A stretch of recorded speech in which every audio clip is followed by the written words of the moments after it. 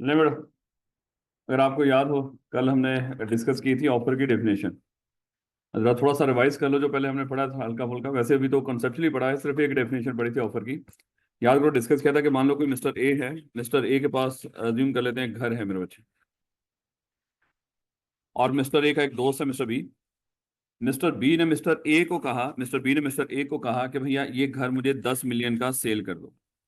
कौन कह रहा है, किसको कह रहा है? मिस्टर ए मिस्टर बी को कह रहा है। तो इसका मतलब बायर कौन हुआ यहाँ पे? बायर बी है, क्योंकि वो खरीदना चाह रहा है, उसने उसको ऑफर की है। और सेलर कौन होगा? डेफिनेटली वो मिस्टर ए सेलर है।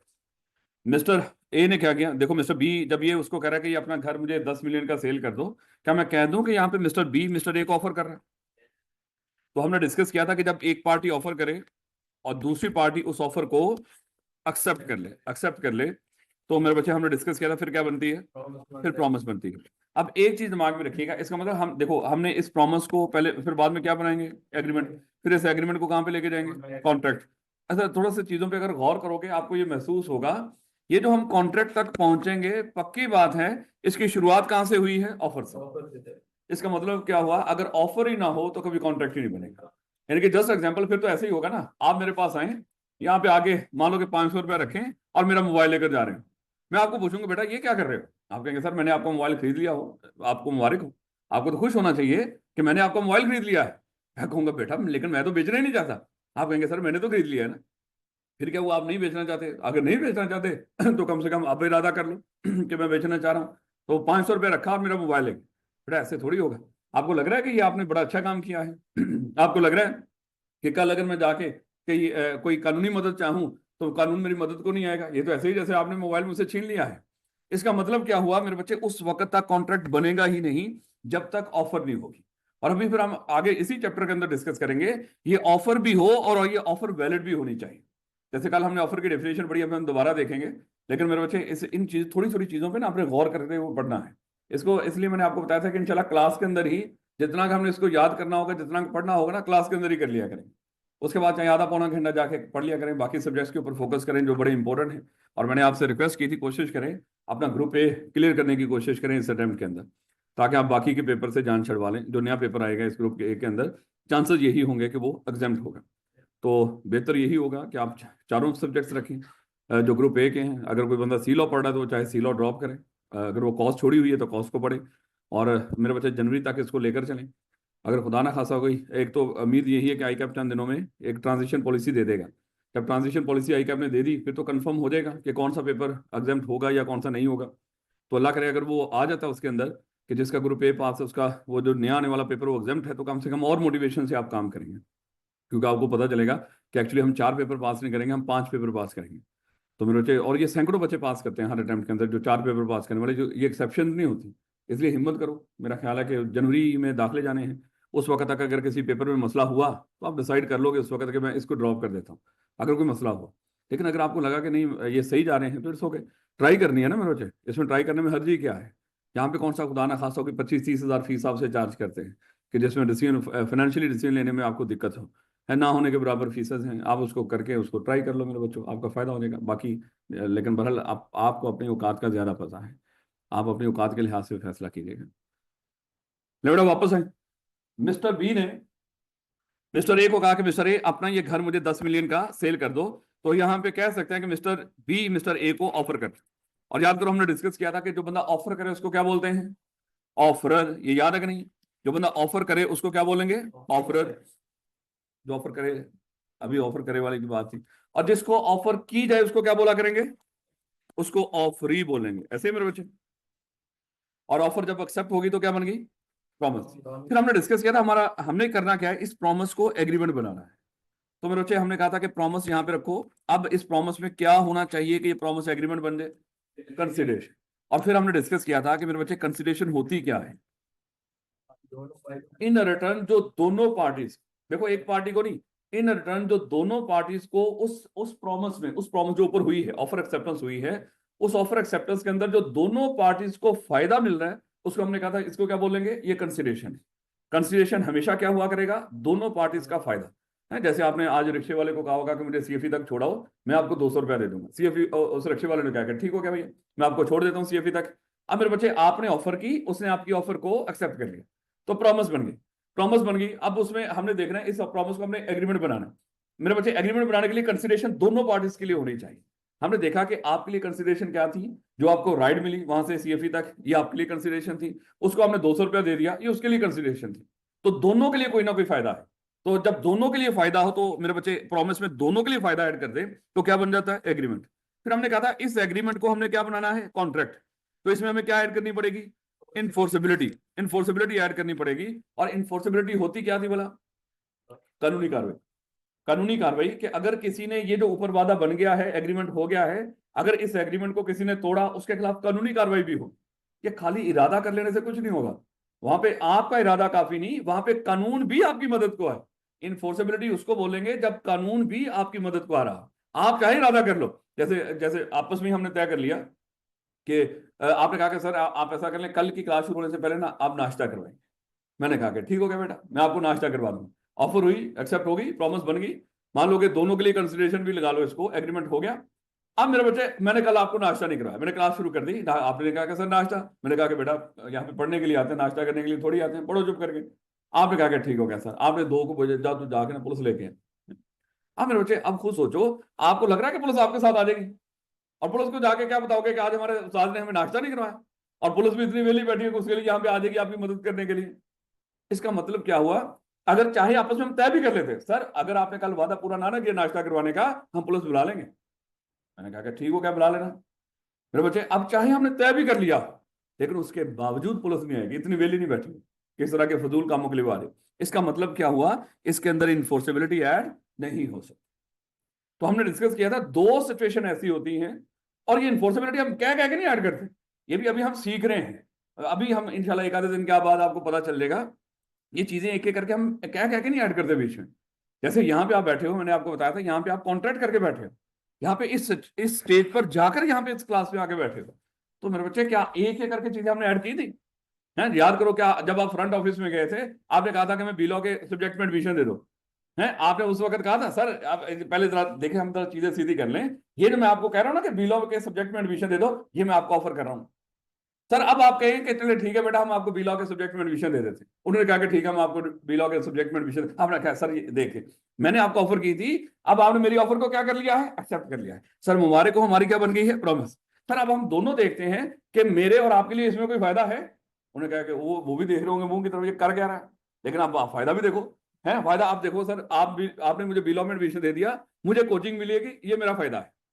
और सर आपको फीस मिलेगी, ये आपका फायदा है। सर मुबारक हो, इन दोनों के लिए कंसिडरेशन भी है। तो सर हम कहां तक पहुंच गए हैं, एग्रीमेंट तक। लेकिन सर हमने तो क्या बनाना है, कॉन्ट्रैक्ट। तो फिर आपने वहां पे कहा होगा सर ऐसा करते हैं, इसके अंदर इन्फोर्सेबिलिटी भी ऐड करते हैं।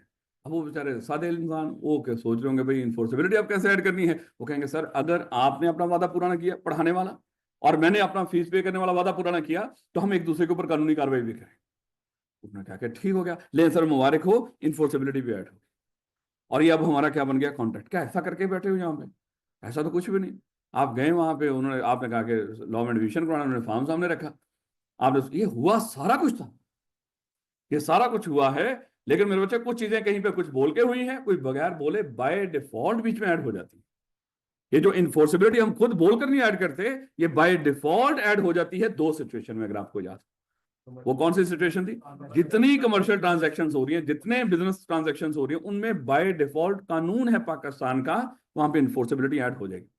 और मजे की बात क्या है, इस इन्फोर्सेबिलिटी को आप बीच में से निकाल भी नहीं सकते।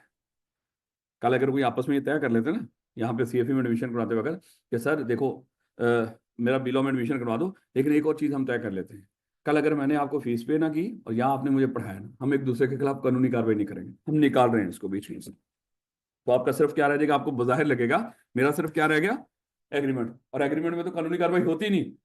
आपको शायद पाकिस्तान के कानून का नहीं पता, आप इस इन्फोर्सेबिलिटी को कमर्शियल और बिजनेस ट्रांजैक्शन में से निकाल ही नहीं सकते। याद रखोगे इस बात को, ये छोटी छोटी बात है। तो बेटा हम सीख रहे हैं कॉन्ट्रैक्ट कैसे बनता है। हमने कहा कि एक पार्टी ऑफर करती है, जब दूसरी पार्टी एक्सेप्ट कर ले तो प्रॉमिस बनती है, और प्रॉमिस में अगर दोनों पार्टीज के लिए कंसिडरेशन भी हो तो एग्रीमेंट बनता है, और एग्रीमेंट में अगर हम इन्फोर्सेबिलिटी ऐड कर दें तो क्या बन जाता है, कॉन्ट्रैक्ट। लेकिन मेरे बच्चे हमने ये भी डिस्कस किया था कि दो सिचुएशन में इन्फोर्सेबिलिटी बाय डिफॉल्ट ऐड होती है, और वो कौन कौन सी है? कमर्शियल और बिजनेस ट्रांजैक्शन। और 4 सिचुएशन ऐसी थी जहां पे इन्फोर्सेबिलिटी बाय डिफॉल्ट ऐड नहीं होती। अगर करनी हो तो उसके लिए कुछ कानूनी रिक्वायरमेंट्स पूरी करके ऐड की जा सकती है, लेकिन बाय डिफॉल्ट ऐड नहीं, कानून नहीं मानता उसको। है, कानून कहता है कुछ और रिक्वायरमेंट्स पूरी करो फिर मैं कानूनी कार्रवाई करूंगा। वो 4 सिचुएशन कौन सी है जहां पे इन्फोर्सेबिलिटी? डोमेस्टिक, हमारे जो आपस में घर के मामला होते हैं, सोशल मामला जो यार दोस्तों के साथ वादे होते हैं हमारे, जो हमारी मॉरल ड्यूटीज होती हैं पूरी करो या ना करो, जो रिलीजियस हमारी ड्यूटीज होती हैं, यहाँ पे बाय डिफॉल्ट इन्फोर्सेबिलिटी ऐड नहीं होती। हो सकती है, उसके लिए कुछ और पापड़ बेलने पड़ते हैं। याद रखोगे? हो सकती है, ये ना समझना कि हो ही नहीं सकती। ये बातें थोड़ी बहुत याद रहेंगी ना मेरे बच्चों।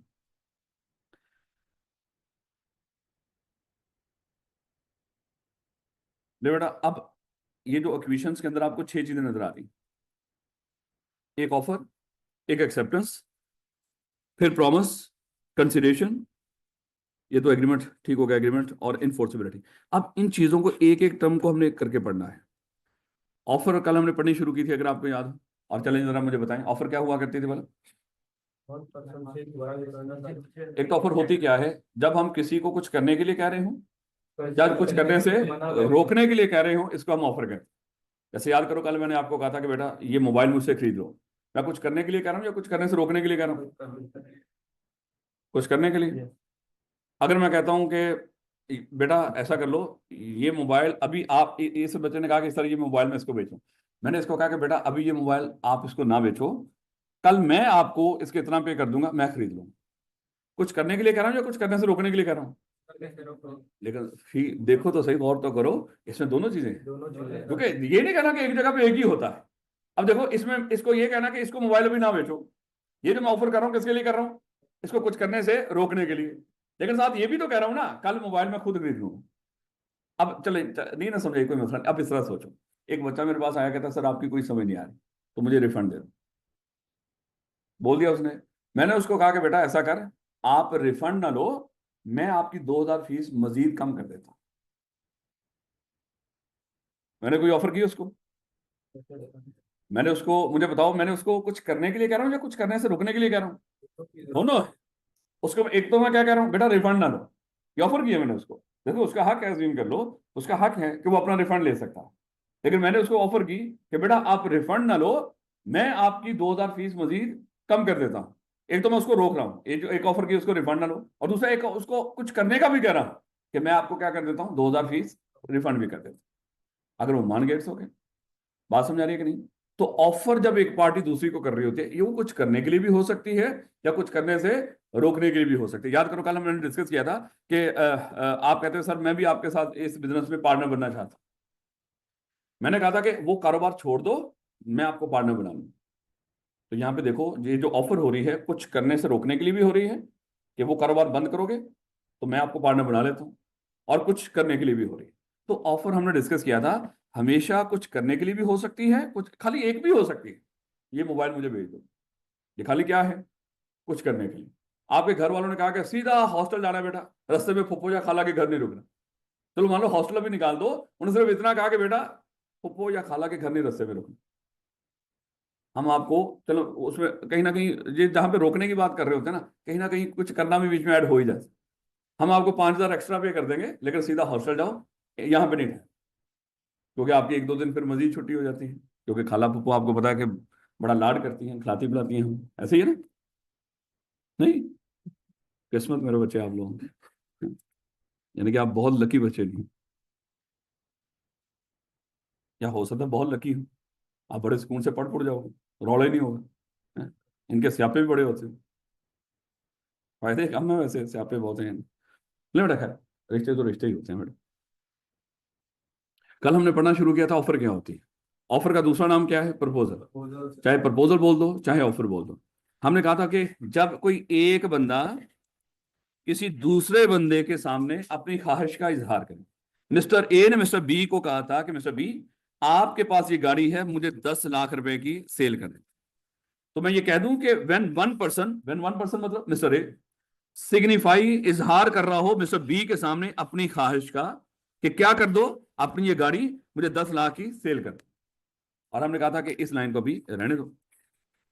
और ये जो मिस्टर ए ने मिस्टर बी को कहा कि अपनी ये गाड़ी मुझे 10 लाख की बेच दो with a view to obtaining, और उसका इरादा क्या है, to obtain the assent of that other person, जो दूसरे बंदे की, ये जो ऑफर किया उसने मुझे 10 लाख की गाड़ी बेच दो, ऑफर का मकसद हमेशा एक ही होता है, हमने कल डिस्कस किया था, अगली पार्टी की रजामंदी हासिल करना, इसके अलावा ऑफर का कोई मतलब नहीं होता। सिर्फ और सिर्फ ऑफर का मतलब क्या होता है, अगली पार्टी की रजामंदी हासिल करना। याद रखोगे, कल आपको पेपर में 4 ऑप्शन आएंगे, अच्छा बताओ ऑफर का मकसद क्या होता है, ऑफर किस पॉइंट ऑफ व्यू से किसी के सामने हम करते हैं, उसके नीचे 4 ऑप्शन आ रहे हैं। ऑफर का मकसद सिर्फ क्या होता है, ये नहीं होता प्रॉमिस बनाना है, आपने क्या बोलना है, अगली पार्टी की रजामंदी, जो आपकी किताब में लिखा हो, अगरचे चाहे जब आप ऑफर करेंगे अगली पार्टी रजामंदी दे देगी, बनेगी प्रॉमिस ही, लेकिन आपकी किताब में लफ्ज क्या लिखा हुआ है, असेंट हासिल करना, तो आपने यही ऑप्शन मेरे बच्चे जो किताब के अंदर दे रखा है वही वहां पे टिक कर, याद रखोगे। तो जब एक बंदा दूसरे बंदे को कुछ कह रहा हो, और जो कह रहा हो मकसद क्या है उसका कहने का, उस कहने के ऊपर उस पार्टी की रजामंदी हासिल करना, तो समझो मिस्टर ए मिस्टर बी को क्या कर रहा है, तो हम कहेंगे he is said to make a proposal. फिर कल हमने डिस्कस किया था, अब इन अल्फाजों को थोड़ा सा मिटा दो,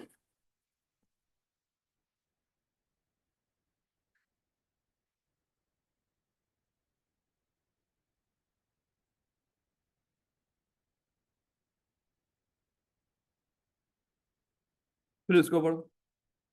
याद है कल हमने यहाँ पे सिनेरियो बनाया था कि मिस्टर ए ने मिस्टर बी से जब 10 लाख की गाड़ी खरीदी थी, तो बदले में उसको क्या दे दिया था, एक चेक दे दिया था, और चेक की ड्यू डेट क्या थी, अज्यूम कर लो 31 दिसंबर 2024 उसकी ड्यू डेट, 10 लाख का चेक दे दिया, जब 31 दिसंबर 2024 आया, तो मिस्टर बी मेरे बच्चे उस चेक को कैश करवाने के लिए जा रहा था, तो उस वक्त मिस्टर ए ने उसको कहा कि भाई मेरे अकाउंट में तो पैसे ही नहीं, तो मिस्टर बी को रोको, क्योंकि मिस्टर बी अगर गया बैंक में, चेक डिसऑनर हो गया, उसका हक है, वो मेरे खिलाफ केस कर सकता है, और ये इसकी जमानत भी नहीं होती, ये जो चेक इशू कर देते हैं हम किसी को और हमारे अकाउंट में पैसे ही ना हो, और वो चेक डिसऑनर हो जाए, उस बंदे का हक है आपके ऊपर केस करना, और केस भी ऐसा तगड़ा होता है कि उस बंदे की फिर जमानत भी नहीं होती, क्योंकि ये एक ज्यादा संगीन किस्म का फ्रॉड होता है जो लोग करते हैं, चेक इशू कर दिया किसी को, बेचारे ने इतने देर वेट भी किया, उसके बाद उस चेक के ऊपर पेमेंट भी नहीं मिली, तो ये एक नॉन बेलमेंट एक्ट बन जाता है, ठीक है।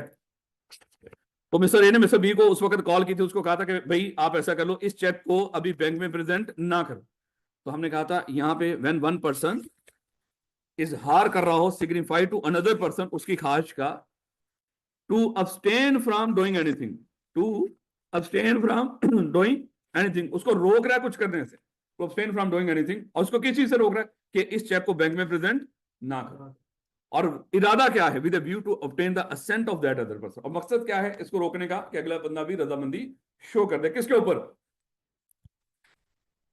Of that other person to such abstinence, उस रोकने के ऊपर वो भी बंदा क्या कर दे, अपनी रजामंदी शो कर दे, वो भी कहे कि ठीक है भैया मैं रुक जाता हूं, तो समझो मिस्टर ए मिस्टर बी को क्या कर रहा है, ऑफर कर, अजीब से अल्फाज हैं लेकिन मेरे बच्चे, अगर पेपर में डेफिनेशन आ जाए, तो अक्सर बच्चे पूछते हैं सर ये लीगल वर्डिंग हमने यूज करनी है पेपर में कि नहीं, तो फिर मेरे बच्चे मैक्सिमम हमने कोशिश करनी होती है डेफिनेशन वाली चीजें उसी तरह लिखें जिस तरह यहाँ पे लिखी हुई, कोई थोड़ी बहुत कमी बेशी हो भी जाए कोई दिक्कत नहीं, उसको पता है कि ये बच्चे बेचारे ये इतने भी कोई कंप्यूटर थोड़ी है ये बिल्कुल हूबहू एक एक लफ्ज वैसे लिखेंगे, लेकिन आपने जहां तक हो सकती हो डेफिनेशन की जो वर्डिंग है वो वही रखनी होती है जो यहाँ पे हो, वो अगरचे डेफिनेशन रेयर ही पूछता है, ऐसा नहीं होगा वो कहेगा प्रपोजल को डिफाइन करो, लेकिन अगर किसी चीज की डेफिनेशन आ जाए फिर भरपूर कोशिश होती है कि हमने क्या करना है, डेफिनेशन की वर्डिंग, बाकी जैसे मर्जी लिखो, बाकी एरियाज की कोई एक्सप्लेनेशन हो कुछ और हो वो जैसे मर्जी लिखो, लेकिन जब वो किसी चीज को डिफाइन कर रहा हो फिर कोशिश करनी है, कोशिश मागेन कर, ये ना हो कि खुदा ना खासा वो वर्डिंग लीगल वर्डिंग आपके दिमाग में ना हो, आप कहेंगे कहीं ये ना हो कि अल्लाह माफ करे पेपर जाकर उसको मेरी डेफिनेशन की समझ ना आ रही हो, वो कहीं खुदा ना खासा कोई बंदे बुंदे लेकर मेरे घर तक पहुंचे और अल्लाह माफ करे मुझ पर कोई तशद्दुद ना करे और मैं लिखूंगी नहीं डेफिनेशन, हो सकता है ना ऐसे, हम बात कर डर ही जाते हैं कि सवाल बहुत अच्छा आंसर नहीं आ रहा हम छोड़ देते हैं, भाई जब आप आई कैप के पेपर में बैठे हो ना कभी कोई सवाल का जवाब देते हुए आप कमी ना छोड़ो, जो हो सकता है अपनी तरफ से लिख लो, अगर नहीं भी आता कुछ ना कुछ लिख दो, क्योंकि नेगेटिव मार्किंग तो है नहीं, हो सकता है कि आपने उस एग्जाम प्रेशर में आपको समझ ना आ रही हो लेकिन जो लिख रहे हो हाथ माशाल्लाह आपके कुछ सही लिखते जा रहे हो, हाथों की भी तो मेरे बच्चे मेमोरी होती है, आपको क्या लग रहा है सिर्फ आपके दिमाग की है, हाथों की भी मेमोरी होती है, चलें, ये डेफिनेशन समझ आ गई मेरे बच्चे, ऑफर किसको कहते हैं, ऑफर का दूसरा नाम क्या है, प्रपोजल, और ऑफर क्या होती है, किसी को जब हम कुछ करने के लिए कह रहे हो या कुछ करने से रोकने के लिए कह रहे हो, और मकसद क्या है, अगली पार्टी की उस कुछ करने या कुछ करने से रोकने के ऊपर अगली पार्टी की असेंट हासिल कर। तो समझो आप क्या कर रहे हो, ऑफर कर रहे हो। मुश्किल बात तो नहीं। ले बेटा, याद करो अभी हमने डिस्कस किया था, जब एक पार्टी ऑफर करे दूसरी क्या कर ले उसको एक्सेप्ट, तो क्या बनता है, प्रॉमिस। अब वो प्रॉमिस को डिफाइन करना है। भाई आपको तो प्रॉमिस की डेफिनेशन पहले ही आती है। ऐसी ऑफर जो एक्सेप्ट हो चुकी हो, ऐसी ऑफर जो एक्सेप्ट हो चुकी हो, वो प्रॉमिस होती है। ऐसे ना मेरे बच्चे, क्या मैं कह दूं कि एक्सेप्टेड ऑफर प्रॉमिस होती है, जैसे मर्जी बोल दो। एक्विशन आपके सामने है कि ऑफर प्लस एक्सेप्टेंस क्या कहलाती है, प्रॉमिस। अब अगर कोई बंदा प्रॉमिस की डेफिनेशन पूछे, हम बता सकते हैं अपने अल्फाज के अंदर कि ऑफर जब एक्सेप्ट हो जाए तो प्रॉमिस बन जाती है, या एक्सेप्टेड ऑफर प्रॉमिस होती है, जैसे मर्जी बोल दो उसको। तो उसने भी ऐसे ही रखा है, कहता है व्हेन द पर्सन टू। अच्छा यहाँ पे एक और चीज बड़ी अहम, आई क्या बहुत पूछता है इसको। आपको लग रहा होगा फजूल बकवास है ये, एक एक डेढ़ लाइन ना ना, आई के अपने सिनेरियो बेस्ड क्वेश्चन बना रखे हैं यहाँ पे। अगर नहीं यकीन आता अभी आपके सामने आएगा, फिर आप देख लेते हैं आप क्या करते हैं। When the person to whom mister A ने मिस्टर बी को ऑफर की कि भैया अपनी ये गाड़ी मुझे 10 लाख की बेच, तो मिस्टर बी ने क्या किया, उसकी इस ऑफर को एक्सेप्ट कर लिया। तो समझो क्या बन गई, प्रॉमिस। कहता when the person to whom the offer is made, जिसको ऑफर की गई थी, सिग्निफाइज हिज असेंट। देखो ऑफर किस मकसद के लिए की थी, अगली पार्टी की असेंट हासिल करने के लिए है, और वो भी क्या कर दे, असेंट दे दे, शो कर दे असेंट। सिग्निफाई का मतलब क्या है, शो कर देना, इजहार कर देना। और वो क्या कर दे, जिसको ऑफर की गई थी वो अपनी एक्सेप्टेंस की, यानी कि सादा अल्फाज में क्या कर दे, असेंट शो कर दे, तो कहेंगे the proposal is said to be accepted. और जब proposal when accepted become a promise. मुश्किल बात तो नहीं। अब जरा आइए आपके सवाल की तरफ। तो भैया ये खत खुद के मामला भी अभी देखेंगे, क्योंकि यहाँ पे अनफॉर्चुनेटली खत के मामला भी हैं, क्योंकि ये कॉन्ट्रैक्ट एक्ट 1872 का है। उस वक्त तो आपको पता है कि जो कम्युनिकेशन हुआ करती थी दूर दराज से, वो तो हमेशा खतों के जरिए होती थी, और अभी भी है। ये ना समझना कि अभी बिल्कुल ही खत्म हो गया है। आज हम बड़े माशाल्लाह इंतहाई जदीद दौर में रहते हैं, लेकिन मेरे बच्चे अभी भी जाओ जाके जीपीओ में देखो, वहाँ पे खतों के ढेर लगे हुए हैं। तो अभी भी बसेरा कुछ चल रहा है, लेकिन बहरहाल चलें देखिए। मिस्टर ए ने क्या किया, मिस्टर ए ने मिस्टर बी को मिस्टर बी को ऑफर की कि मिस्टर बी अपनी ये गाड़ी 10 लाख की मुझे भेज दो, और उसने एक खत लिख दिया इसका। ये मिस्टर ए का खत पहुंचा मिस्टर बी के पास। मिस्टर बी ना, मान लो कि, अब दो सिचुएशन में आपके सामने रखता हूं, मुझे बताइएगा कि इसमें पहले जरा इस सिचुएशन में देख लो। मिस्टर बी ने उस खत को मिस्टर बी को मिल गया, लेकिन अभी उसने उसका एक्सेप्टेंस नहीं दी थी, कुछ नहीं लिखा उसके जवाब में। मिस्टर बी को हार्ट अटैक हुआ, उसकी डेथ हो गई, अभी उसने एक्सेप्टेंस नहीं दी, मिस्टर बी की डेथ हो गई। उसके मरने के बाद एक दिन मिस्टर बी की बेगम, मान लो कि मिस सी, उसके कमरे की सफाई कर रही थी। उसको वो खत मिल गया मिस्टर ए, जिसमें उसने कहा था कि भैया अपनी ये गाड़ी मुझे 10 लाख की भेज।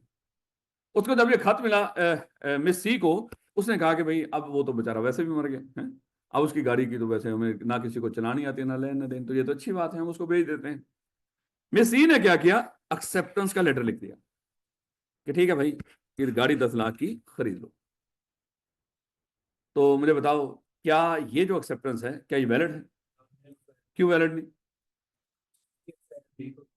उसने ऑफर किसको की थी, इंतहाई अहम लफ्ज है, इतना अहम जितना ही माशाल्लाह आप अपने घर में घर वालों के लिए अहम, मेरा ख्याल है बहुत अहम। ऐसे ही ना, ये लफ्ज आपको फजूल सा लगा हो, लेकिन सुपर डुपर इंपॉर्टेंट है कि व्हेन द पर्सन टू हुम, कितना अहम लफ्ज है। उतना कोई अल्फाज होते हैं जो बड़े भारी होते हैं, जिनके ऊपर वजन डालना होता है।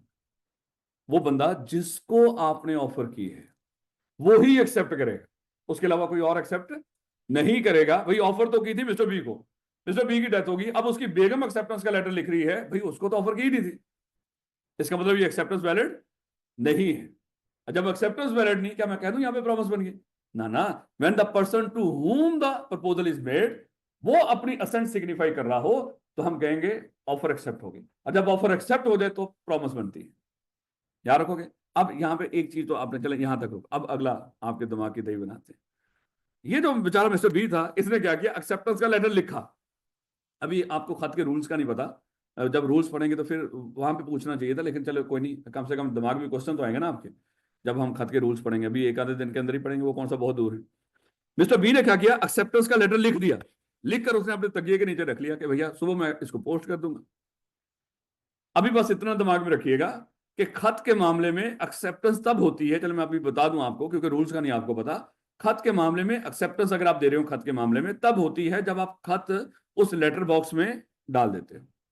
लेटर बॉक्स हुआ करते थे पुराने वक्तों में, रेड कलर के, तो उसमें हम जब खत फेंक देते हैं तो एक्सेप्टेंस हो जाती है, उससे पहले नहीं। रूल दिमाग में आ गया। अब मिस्टर बी ने खत लिख लिया, रात को बेचारा तकिए के नीचे रख के सो गया कि सुबह मैं क्या कर दूंगा, इसको पोस्ट कर दूंगा, खुदा ना खासा बेचारे की रात को डेथ हो। तो डेथ के बाद जो भी मामला हुआ आपको पता है। उसके बाद कुछ दिनों के बाद बेगम उसकी वो सफाई कर रही थी कमरे की, उसको तकिए के नीचे से खत मिल गया एक्सेप्टेंस का। बेगम ने क्या किया, उस खत को पकड़ा, जाके लेटर बॉक्स में फेंक दी। आप मेरे बच्चे मुझे बताओ, क्या ये एक्सेप्टेंस वैलिड है कि नहीं? क्यों? वो खत तो उसी ने लिखा था, लेकिन एक्सेप्टेंस तो तब हुई थी जब लेटर पोस्ट हुआ, तब तक तो वैसे ही मर गया था। एक मरा बंदा बेचारा एक्सेप्टेंस नहीं दे सकता, इसलिए कानून कहता है भाई उसी ने एक्सेप्टेंस, देखो एक्सेप्टेंस तब हुई, उस लम्हे हुई जब वो लेटर पोस्ट हुआ, और उस वक्त तो पहले वो बेचारा मरा हुआ था। हाँ, अगर वो किसी और को भेज देता, जाओ लेटर पोस्ट कर दो, अभी वो जिंदा है, आपने बच्चे को किसी को भेज देता लेटर पोस्ट कर दे, इट्स ओके, फिर कोई दिक्कत नहीं। ये नहीं कि लेटर भी उसी ने पोस्ट करना है एक्सेप्टेंस के लिए। तो मेरे बच्चे, लेकिन यहाँ पे तो वो बंदा जिंदा ही नहीं है, उसके रूल्स अभी हम देख लेंगे एक दो दिन के बाद। इसका मतलब ये एक्सेप्टेंस वैलिड नहीं है। चलो अब एक और एग्जांपल देते, ये आई कैप का सवाल, ये भी आई कैप का सवाल। मेरी दुकान है, ये यहाँ पे चलें इसको थोड़ा सा बना, ये मिस्टर ए है।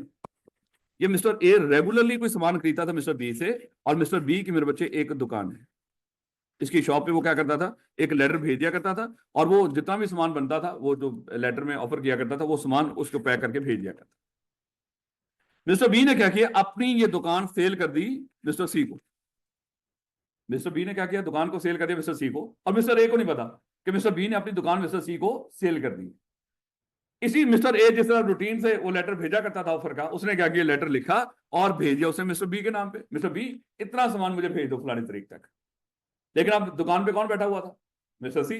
मिस्टर सी को वो लेटर मिला, मिस्टर सी ने वो लेटर पढ़ा और उसने क्या कर दिया, उसको वो सामान पैक करके भेज दिया। अब मेरे बच्चे मुझे ये बताओ, ये जो मिस्टर सी ने सामान भेजा है, क्या ये वैलिड है कि नहीं, ये एक्सेप्टेंस है? नहीं है सर। क्यों बोला? बी को भेजा था। अब ना एक चीज मैं आपको और यहाँ पे थोड़ी सी क्लियर करता जाऊँ। एक बच्चा यहाँ पे, फिर अब अगले दिनों में आपके क्वेश्चन आना शुरू कर देंगे कि सर जब कोई सिनेरियो बेस्ड क्वेश्चन आए उसको हमने आंसर कैसे करना है, ये दिक्कत आएगी कि नहीं है? भाई जो मर्जी हो, बच्चे के पास एक ही जवाब होता है जब वो फेल होता है, सर वो जो सिनेरियो बेस्ड क्वेश्चन थे ना मुझे उसका ना आंसर करना नहीं आता। ये बकवास होती है। जैसे मर्जी आंसर करो, आई कैप आपके आंसर को एक्सेप्ट करता है, लेकिन क्या करें, हमारे पास कोई फेल होने की कोई जवाब भी तो होना चाहिए, है? तो मेरे बच्चे हम जवाब के तौर पे उसको पेश करते हैं। आई कैप ने कहीं कोई स्टैंडर्ड नहीं बता रखा कि भाई ये वो स्टैंडर्ड है, इसी के मुताबिक आंसर होना चाहिए। हाँ, कुछ बेहतर प्रेजेंटेशन के लिए एक तरीकाकार होता है, उसको फॉलो कर लो, अच्छी बात है। नहीं करते तो कोई दिक्कत नहीं मेरे बच्चे, जैसे मर्जी उसको आंसर चिपका दो, उसको पता चल जाए आप कहना क्या चाहते हैं। जैसे मर्जी अल्फाज हो, माशाल्लाह अभी तक जैसे पेपर करते आ रहे हो ना बचपन से, उसी तरह ही करना है आपने ये। हाँ, बीच में कुछ लीगल टर्म्स होती हैं वो यूज करने की कोशिश करनी है, ये ना हो कि बिल्कुल ही माशाल्लाह स्कूल के लेवल पे होता है। अब जब वो ये देखो ये सिनेरियो है, ये सिनेरियो आपके सामने आ गया ना। मिस्टर ए रेगुलरली चीजें खरीदता था मिस्टर बी से, उसकी दुकान थी मिस्टर बी की, उसे रेगुलर चीजें खरीदता था और मिस्टर बी उसको वो चीजें भेज दिया करता था। अब मिस्टर बी ने क्या कर दिया, अपनी दुकान को सेल कर दिया मिस्टर सी को। अब मिस्टर ए को नहीं पता कि मिस्टर बी ने दुकान मिस्टर सी को सेल कर दी, उसने मिस्टर बी को ही ऑफर की, उसी को लेटर लिखा कि मुझे इतना सामान भेज दो। लेकिन दुकान में अब बैठा हुआ मिस्टर सी, वो मालिक है, उसको वो लेटर मिला, उसने वो सामान भेज दिया। मिस्टर ए ने सामान लेने से इनकार कर दिया। मिस्टर सी कह रहा कि भैया तूने मुझे ऑफर की थी, मैंने तेरी ऑफर एक्सेप्ट कर ली, अब ये बिल्कुल वैलिड कॉन्ट्रैक्ट है, तू ये सामान वापस नहीं कर सकता। अब वो आपसे पूछेगा, आप जरा यहाँ पे जरा रहनुमाई करो, आप कानूनदान हो। अब मेरे बच्चे, आपने जब आंसर करना होता है ना, उसमें तीन चीजें होंगी। सबसे पहले हमने क्या करना है, इस सारे सिनेरियो के अंदर हमें कुछ गलत होता हुआ नजर आएगा कानूनी तौर पे, तो कानून की कोई गलती हो, उसको हम कहते हैं लीगल प्रोविजन। कोई लॉ की जो लीगल प्रोविजन है उसकी मेरे बच्चे क्या हो रही होगी, वायलेशन हो रही होगी।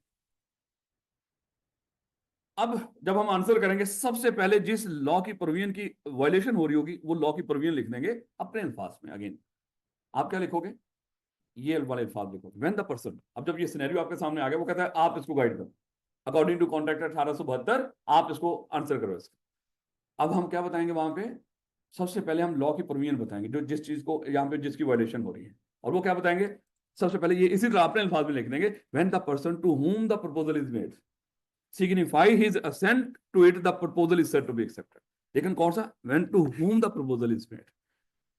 और फिर जब आपने लीगल प्रोविजन दे दी ना, ये लॉ बता दिया, उसको कानून बता दिया, कानून बताने के बाद अब आपने क्या करना है, इस सिचुएशन को इस लॉ की प्रोविजन से लिंक करना है। अब जब सिचुएशन को आप क्या करेंगे, सिचुएशन को आप लिंक करेंगे इस लॉ की प्रोविजन के साथ, तो फिर क्या बताएंगे, अब यहां पे क्योंकि ये जो ऑफर हुई थी वो मिस्टर बी को हुई थी, तो मेरे बच्चे एक्सेप्ट भी किसको करनी थी, बी को, सी को तो ऑफर ही नहीं हुई। उसके बाद हम तीसरे नंबर पे क्या करेंगे, उसका कंक्लूजन दे देंगे, क्योंकि ऑफर एक्सेप्ट करनी थी बी ने तो सी ने कर ली, इसलिए ये वैलिड एक्सेप्टेंस नहीं ना समझे। जब भी कोई सिनेरियो होगा उसमें लॉ की कोई ना कोई वायलेशन हो रही होगी, आपने ढूंढना किस चीज की वायलेशन हुई है, वो अपने अल्फाज में, अगेन उसी तरह डिटो अल्फाज लिखकर वहां पे रखने की जरूरत नहीं है, अपने अल्फाज के अंदर आप क्या करोगे, लॉ की वो प्रोविजन वहां पे according to contract 1872 when the person to whom the proposal is made has signifies his assent the proposal is said to be accepted। अपने अल्फाज में जैसे मर्जी लिख देना। बात समझ आ रही है कि नहीं। अब यहां पे फिर आप उसको लिंक करोगे कि देखो भैया यहां पे ऑफर हुई थी बी को, एक्सेप्ट कर रहा सी, जो कि इन अकॉर्डेंस विद लॉ नहीं है।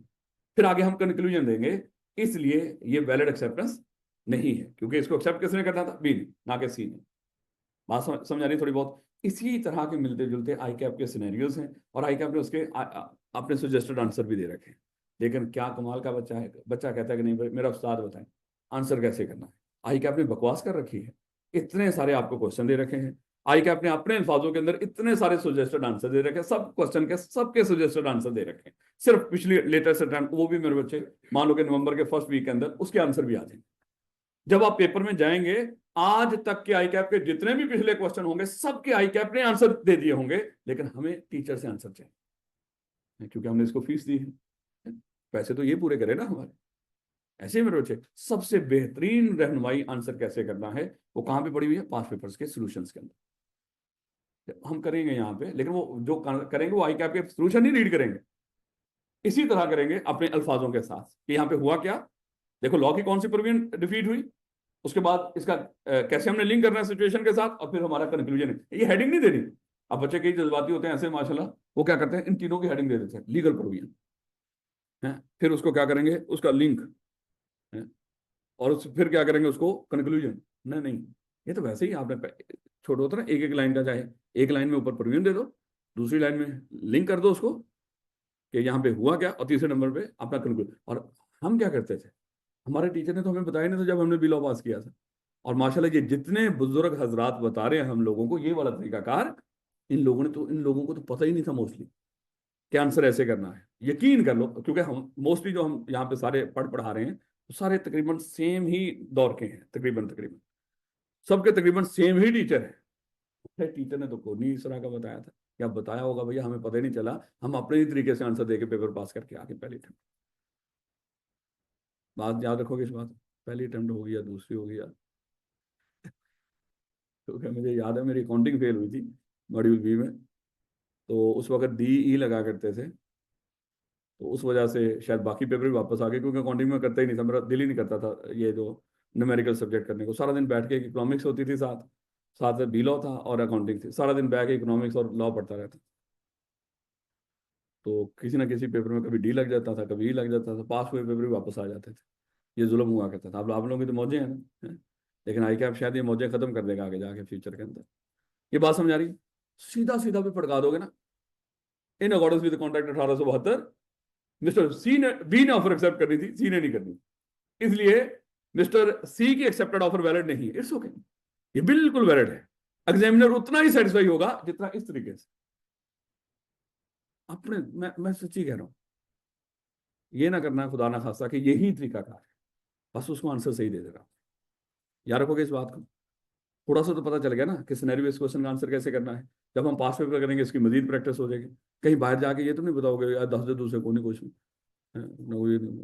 खुदा के लिए अभी पता नहीं। कहते फीस हम कम देते, पढ़ाते भी तो उतना ही है। यार ये कैसे होता है, इतना की पढ़ाते हैं, कल की हम सिर्फ डेफिनेशन पढ़ रहे हैं, ऑफर की डेफिनेशन। खैर वापस आओ। लो बेटा, तो प्रॉमिस की समझ आ गई क्या होती है, ऑफर की डेफिनेशन का पता चल गया, प्रॉमिस का पता चल गया है। अब मेरे बच्चे एक लफ्ज है प्रॉमिजर और प्रॉमिस। लो बेटा, जरा देखिए, मिस्टर ए ने मिस्टर बी को कहा था कि मिस्टर बी अपनी ये गाड़ी मुझे 10 लाख रुपए की सेल कर। तो मिस्टर ए कौन था, ऑफर। मिस्टर बी कौन था, ऑफरी। और ये किया क्या उसने, ऑफर। ऐसी मिस्टर बी ने क्या कर लिया, इसकी इस ऑफर को एक्सेप्ट कर लिया। ऐसे मेरे बच्चे, ऑफर हुई और एक्सेप्ट होगी, क्या बन गई, प्रॉमिस बन गई। अब जरा ऊपर अल्फाज क्या लिखे हुए, प्रॉमिसर और प्रॉमिस। हमारी किताब ये कह रही है कि जो ऑफरर होता है मेरे बच्चे, जब ऑफर एक्सेप्ट हो जाती है, प्रॉमिस बन जाती है, वही ऑफरर क्या बन जाता है, प्रॉमिसर। उसने तो नहीं बोला, लेकिन समझो इसका मतलब यही, क्योंकि प्रॉमिस होगी तो प्रॉमिसर प्रॉमिस होगी। अगर अगली पार्टी ने एक्सेप्ट ही नहीं किया, प्रॉमिस बनी नहीं, फिर इसके लिए लफ्ज प्रॉमिसर प्रॉमिस नहीं बोलेंगे, फिर जस्ट ऑफरर ऑफर बोलेंगे।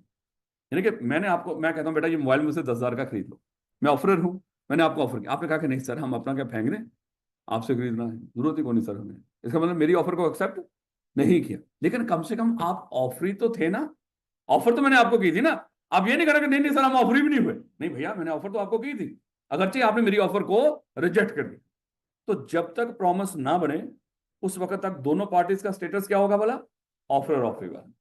जब ऑफर एक्सेप्ट हो गई, प्रॉमिस बन गई, अब स्टेटस क्या होगा बोला। अब देखो ऑफर तो उस वक्त तक जब तक ऑफर की हुई थी, अगली पार्टी ने एक्सेप्ट नहीं की थी, उस वक्त तक ऑफर था, और वो उस वक्त तक ऑफर था। जब ऑफर एक्सेप्ट होगी, प्रॉमिस बन गई, अब तो ऑफर और ऑफरी ना कहो है, अब अभी भी ऑफर और ऑफरी कर रहे हो, अब तो प्रॉमिस बन गई है। अब उसके अल्फाज क्या बोलते हैं, प्रॉमिसर प्रॉमिसी। इस कॉन्टेक्स्ट में हमारी ये किताब कह रही है कि ऑफरर क्या बन जाता है, प्रॉमिसर, और ऑफरी का दूसरा नाम क्या है, promisee. The person making the proposal is called the promisor. वो बंदा जो ऑफर कर रहा है, उसको पहले हमने क्या बोला था, ऑफर, उसी को हम क्या कहते हैं, प्रॉमिसर भी कहते हैं। And the person accepting the proposal, वो बंदा जो प्रपोजल को एक्सेप्ट करता है। देखो जब रिजेक्ट कर दिया फिर तो रौला ही मुक गया, फिर तो प्रॉमिसर प्रॉमिसी होंगे ही नहीं। बात समझ आ रही थोड़ी बहुत। अगर उसने ऑफर की, अगली पार्टी ने रिजेक्ट ही कर दी, तो फिर मेरे बच्चे ना प्रॉमिस बननी, ना ही प्रॉमिसर प्रॉमिसी बनेगी। इसलिए अल्फाज उसने क्या किए हैं, कहता है कि जब एक बंदा ऑफर करे, अगली पार्टी उस ऑफर को एक्सेप्ट कर ले, वो बंदा जो ऑफर एक्सेप्ट कर रहा है वो क्या बन जाएगा, वो प्रॉमिसी बन जाएगा, जो पहले ऑफर था। याद रखोगे इस बात को, ये हमारी किताब कह रही है। लेकिन जैसे हम चैप्टर नंबर 6 शुरू करेंगे, वहां पे हम इस कॉन्सेप्ट को सही करेंगे। ये यहाँ पे ये बात सही नहीं, पेपर पास करने के लिए यही आपने दिमाग में रखना है यहां तक। याद है हमने डिस्कस किया था कि हमारा चैप्टर नंबर 2 से लेकर 5 तक हम सीखेंगे कॉन्ट्रैक्ट बनता कैसे है। जब 5वें चैप्टर तक हमने कॉन्ट्रैक्ट बनाना सीख लिया, बन जाएगा, पूरा कॉन्ट्रैक्ट बन गया, फिर उस कॉन्ट्रैक्ट बने हुए कॉन्ट्रैक्ट को हमने परफॉर्म भी करना होता। चैप्टर नंबर 6 से लेके चैप्टर नंबर 9 तक हम यही देखेंगे मोस्टली कि कॉन्ट्रैक्ट परफॉर्म कैसे होता है। चैप्टर 10 वो एक स्पेसिफिक है थोड़ा सा, याद रखोगे इस बात को। तो मेरे बच्चे याद रखिएगा, जब हम चैप्टर 6 शुरू करेंगे, वहां पे प्रॉमिसर प्रॉमिसी को दोबारा एक्सप्लेन करेंगे, और वहां पे सही वाला मतलब बताएगा जो इसका बनता है। यहाँ पे इसने बकवास की है, हकीकत में ये गलत कॉन्सेप्ट बता रहा हूं कि ऑफर क्या होता है, प्रॉमिसर, और ऑफरी क्या होता है, प्रॉमिसी। ये मेरे बच्चे कॉन्सेप्चुअली क्या है, ये गलत है। लेकिन हमने उससे क्या कहते हैं वो पंजाबी में, उससे पंगा लेना है, बल्कि ये तो उर्दू में कहते हैं, उससे वो पंजाबी में आडा लेना है, लड़ाई झगड़ा करना। नहीं पंजाबी तो पता है, तो मेरे बच्चे हमने पंगा थोड़ी लेना है उससे, हमने तो पेपर पास करना है। अगर वो दे दे पेपर में, अच्छा बताओ प्रॉमिसर को, ऑफरर को क्या बोलते हैं, नीचे 4 ऑप्शन आ रहे हो, डेटर, क्रेडिटर, प्रॉमिसर, कोई और रख दो इसमें, और क्या हो सकता है, बैंकर है। तो 4 ऑप्शन आ गए।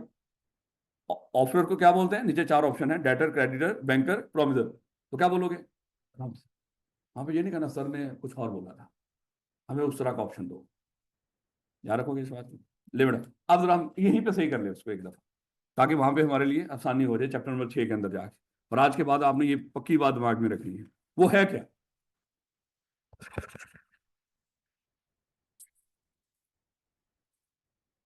तो बेटा,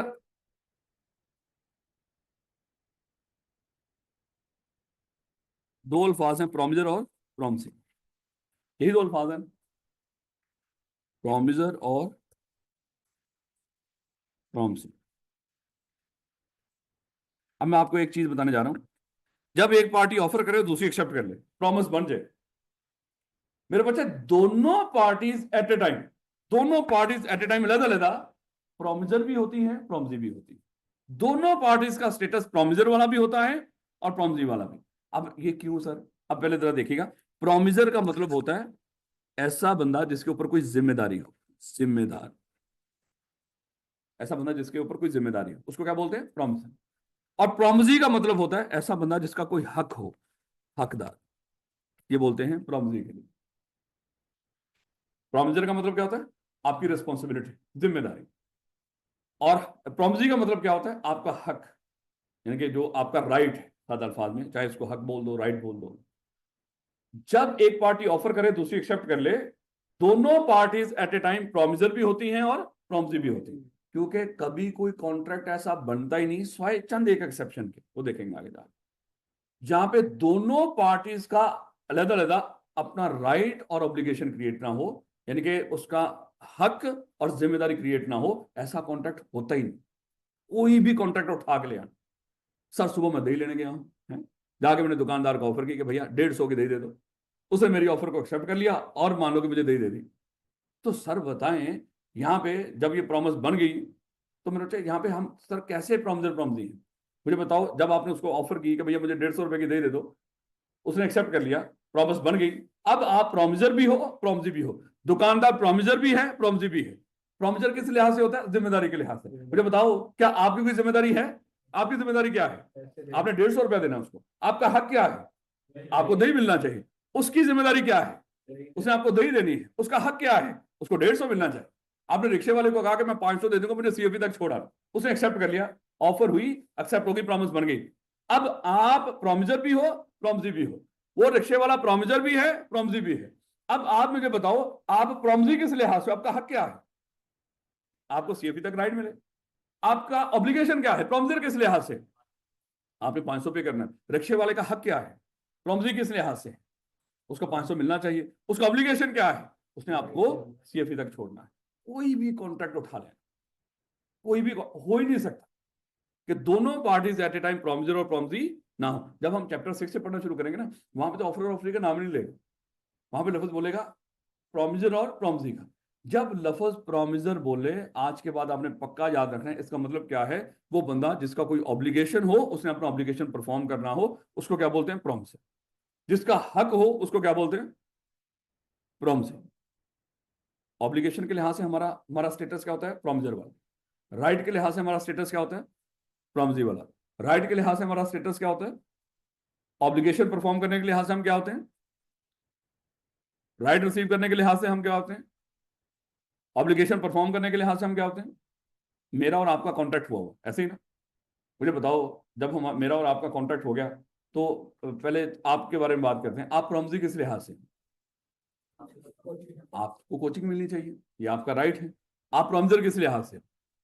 आपने फीस पे करनी है, ये आपका ऑब्लिगेशन है। अब जरा सीएफई के बारे में आ जाओ। सीएफई का राइट क्या है? उसको फीस मिलनी चाहिए। और वैसे भी एक बंदे का ऑब्लिगेशन दूसरे का राइट है, ऐसे ना? एक का राइट दूसरे का ऑब्लिगेशन, ऐसे ही होगा ना?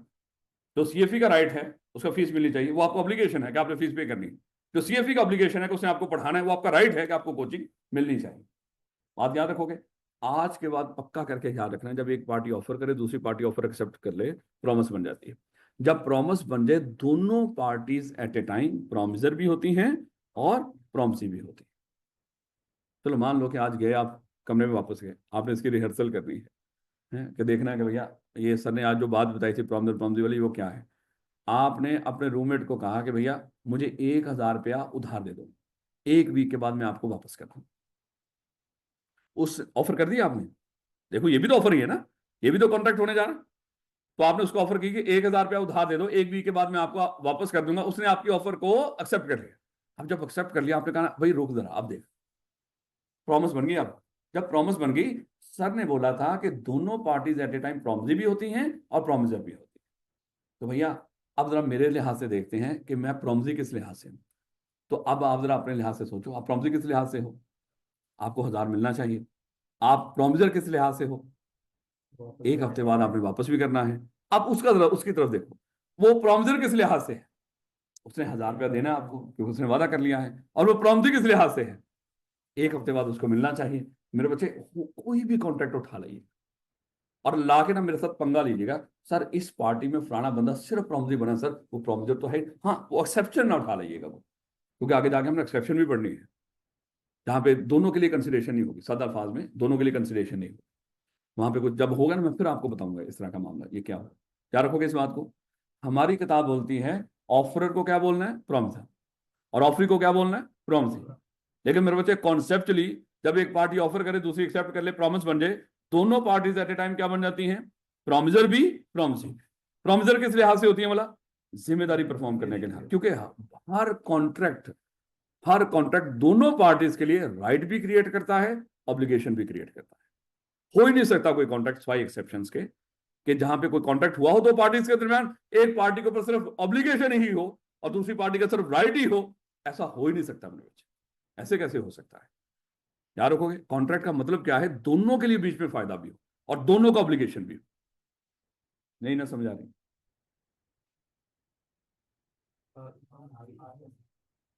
तो बेटा जब सुनूंगा पता चलेगा, फिलहाल तो मैं तड़प रहा हूं ना, जब मैं सुनूंगा आप लोगों से तो मेरे बच्चे फिर सारी बात है, मैं एक्सपेक्ट करूंगा कि कम से कम कुछ थोड़ा बहुत तो मैच कर दो, थोड़ा बहुत तो बता दो। तो बेटा ये बड़ा अहम पढ़ लिया आपने अभी अभी, ये चैप्टर नंबर 6 का कुछ हिस्सा पढ़ लिया आपने यहीं पे बैठ के। तो हमारी किताब ने प्रॉमिजर को क्या बोला, प्रॉमिजर किसको बोला, और प्रॉमिजर किसको बोला, ऑफरर को हमारी किताब ने क्या बोला, ऑफरी को क्या बोला।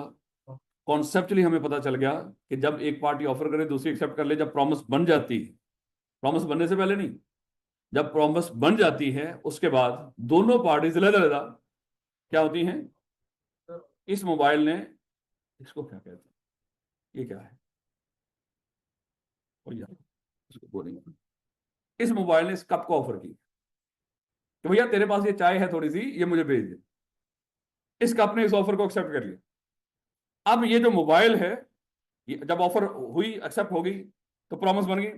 अब ये मोबाइल मेरे बच्चे क्या है, ये प्रॉमिसर भी है और प्रॉमिसर भी, और ये कप क्या है, प्रॉमिसर भी है और प्रॉमिसर भी। ऐसा तो नहीं कहोगे कि मोबाइल ने कप को ऑफर की थी, मोबाइल सिर्फ प्रॉमिसर है और ये कप सिर्फ प्रॉमिसर है, ऐसा तो नहीं बोलोगे कि ऑफर करने वाला ऑफर क्या बन गया, प्रॉमिसर, और ऑफरी क्या बन गया, प्रॉमिसर। खाली ये तो नहीं होगा, कॉन्सेप्चुअली तो ऐसे नहीं होता। हमारी किताब ये बोल रही है ऑफरर कौन होगा, प्रॉमिसर, और ऑफरी कौन होगा, प्रॉमिसर। वैसे इसमें चाय थी, शुक्र है मैंने उसको ऐसे नहीं उठाया है? ये तो अगली क्लास से कैंसिल हो जाती, मैं यहाँ से सीधा घर जाता, ऐसे नहीं मेरे बच्चे। आपको क्या लग रहा है अगर मेरे ऊपर चाय गिर जाती, मैं क्लास अगली क्लास में कंटिन्यू रखता या मैं घर जाता? बड़े क्या करो, बहुत जिम्मेदार इंसान हो ना सर। यानी कि सारी जिम्मेदारी उस्तादों में डाल दो, है अपना क्या होता है। अगर खुदा ना खासा इस तरह का थोड़ा बहुत मामला होता, क्लासें जाए भाड़ में, मैं जा रहा हूँ अपने रूम में, मुझे घर जा रहा हूँ, खुद घर चले जाते। लेकिन उस्ताद क्या है, बहुत पहुंची हुई हस्ती होती है ना बेटा, है वो तो शरीफ इंसान है, इसको क्या पता मेरे ऊपर क्या जुल्म हो रहे हैं, इसने तो क्लासें कंटिन्यू रखनी है। वाह क्या एक्सपेक्टेशंस हैं, लेवल नहीं हो गया वैसे, अल्लाह माफ करे, मैं घर चला जाता बेटा आगे। क्योंकि इसके बाद एक सीलॉ की क्लास थी, हाँ वो भी मैं छोड़ देता। अभी शुरू ही हुई, नहीं बेटा बस 1-2 मिनट रह गया, 5 मिनट रह गए। अगली बात, मेरे बच्चों को पता चल गया जब एक पार्टी ऑफर करे और दूसरी पार्टी उस ऑफर को एक्सेप्ट करे तो क्या बनती है, प्रॉमिस। और प्रॉमिस में क्या, और ये भी पता चल गया ना, जिसको ऑफर की गई हो वो ही एक्सेप्ट करेगा। अच्छा अभी देखना जरा इसको फिर दोबारा जरा थोड़ी सी रिहर्सल कर ले इसकी। मैंने बेटा आपका नाम क्या है, अच्छा मैं नाम भूल जाता हूँ, मुझे याद नहीं रहेंगे, आप 100 दफा भी बताएंगे मैं भूल जाऊंगा। मेरे पास जो जो फेसबुक के ऊपर या कुछ इस तरह कनेक्टेड होता है ना, बार बार उसका नाम आए, कोई अच्छी पोस्ट आ रही हो, उसको रीड करता हूँ तब मुझे कोई नाम याद रह जाता है। नहीं तो अनफॉर्चुनेटली मुझे नाम याद रहते, मैं जितनी मर्जी कोशिश करूँ चाहते हुए मैं नाम, मैं क्योंकि मैं उस तरह नियत से कोशिश करता ही नहीं, तो मुझे नाम, मैं इसलिए अक्सर ये पूछा करूंगा, आप ये नहीं कहना कि सर ये तो मेरी तौहीन कर रहे हो आप, मेरा नाम याद क्यों नहीं रख रहे आप। तो इसलिए मैं नाम पूछते नहीं बच्चों से, क्योंकि मुझे चेहरे भूलते नहीं और नाम याद नहीं रहते। तो बेटा क्या बोला था अभी आपने, अलादा, हाँ ये तो पहले भी होता था है ना, पहले किस सब्जेक्ट में थे आप लोग, क्रैश बैच में आया था, सीआरएम का प्रॉब्लम हुआ था। अच्छा अच्छा अच्छा अच्छा अच्छा, मैंने वही कहा कि मैं हम तो ये एग्जाम्पल हम यहीं पे लिया करते हैं सीधा, उसमें आई टू बी तो जरूरत ही नहीं पड़ती, क्योंकि यही लग रहा है पीआरसी के बाद हम यहाँ पे इकट्ठे हुए होंगे, तो ये नाम पहले था। अच्छा अच्छा, ठीक हो गया, अलादाद। लो बेटा, अलादाद। अब मैं यहाँ पे बैठा हूँ, मैंने अलादाद को कहा कि बेटा ये मोबाइल मुझसे 10,000 का खरीद लो। अब मैं बोल रहा हूँ, आप तक भी तो आवाज आ रही है ना, लेकिन मैं ऑफर किसको कर रहा हूँ? अलादाद। बेटा ये मोबाइल मुझसे 10,000 का खरीद लो। वो पीछे बैठा हुआ कह रहा सर मैं खरीदूंगा, है, मैंने आपके ऑफर एक्सेप्ट कर ली। अब मुझे बताओ, ये जो ऑफर हुई, ये जो उस बच्चे ने लास्ट में, आपका बेटा नाम क्या है? अरसलान बेटे ने ये ऑफर एक्सेप्ट कर ली, क्या ये वैलिड एक्सेप्टेंस है? ना ना, रूल क्या है, जिसको ऑफर की गई हो वही एक्सेप्ट करे। हाँ, अगर मैं जनरल कहता, इस क्लास में से एक जनरल ऑफर भी होती, वो पहले हुआ करती थी, हमारे सिलेबस में निकाल दी है, स्पेसिफिक ऑफर क्या है, जनरल ऑफर क्या है। अगर मैं जनरल ऑफर करता इस क्लास में से कोई बच्चा भी ये मोबाइल 10,000 का खरीद ले, फिर तो कोई भी कर लेता। लेकिन यहाँ पे तो मैं अलादाद को कह रहा था कि बेटा ये मोबाइल मुझसे 10,000 का खरीद लो। कोई और बच्चा बोला, उसने कहा कि मैं आपसे 10,000 का खरीदता हूँ, उसने एक्सेप्ट कर लिया, ये एक्सेप्टेंस वैलिड नहीं। याद रखो, क्योंकि लॉ बड़ा वाजे है, जिसको ऑफर की गई हो वही एक्सेप्ट करे। बात समझ आ रही है कि नहीं? एक घर है, नहीं अभी अभी ये रहने दो, अभी आप बच्चे हो, अभी ये एग्जाम्पल रहने दो।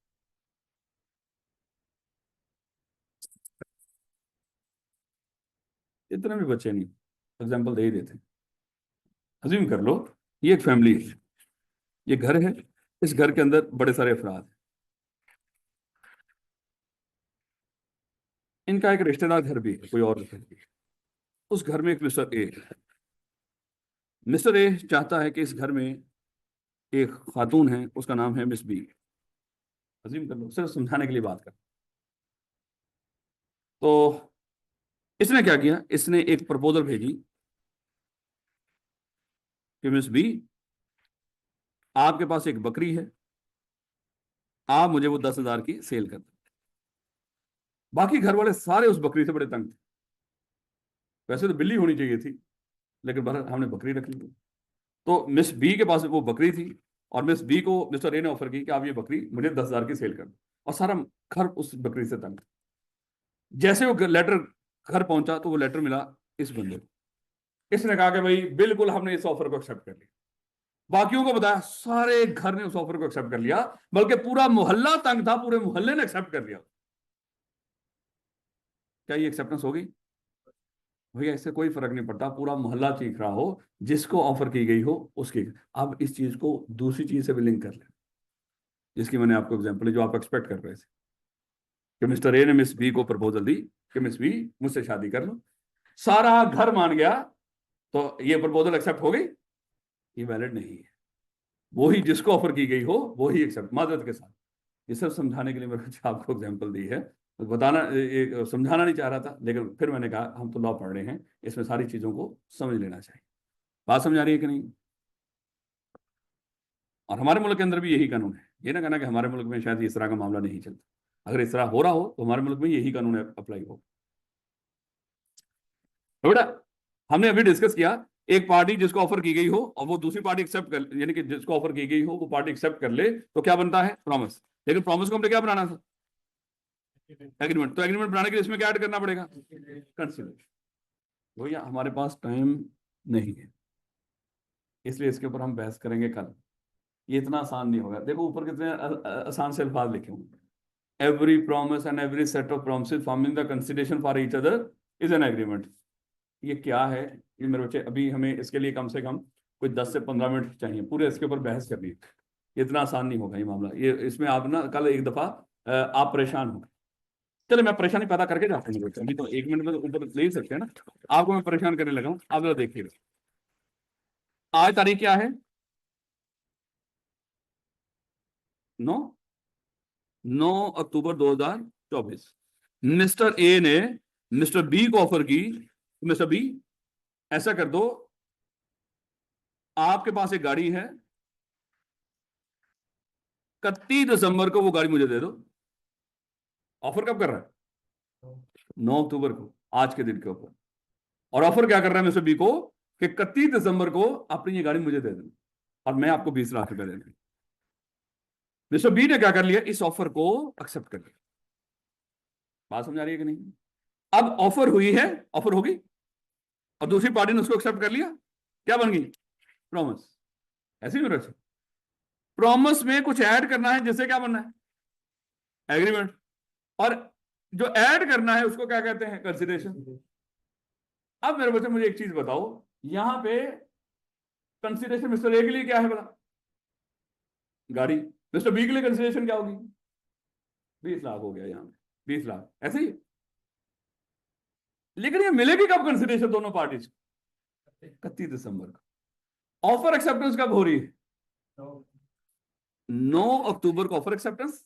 लेकिन दोनों को कंसिडरेशन कब मिलेगी, अब बाहर जो नजर आ रहा है 31 दिसंबर को। अब मुझे आप बताओ कॉन्ट्रैक्ट किस तारीख को होगा, 9 अक्टूबर को या 31 दिसंबर।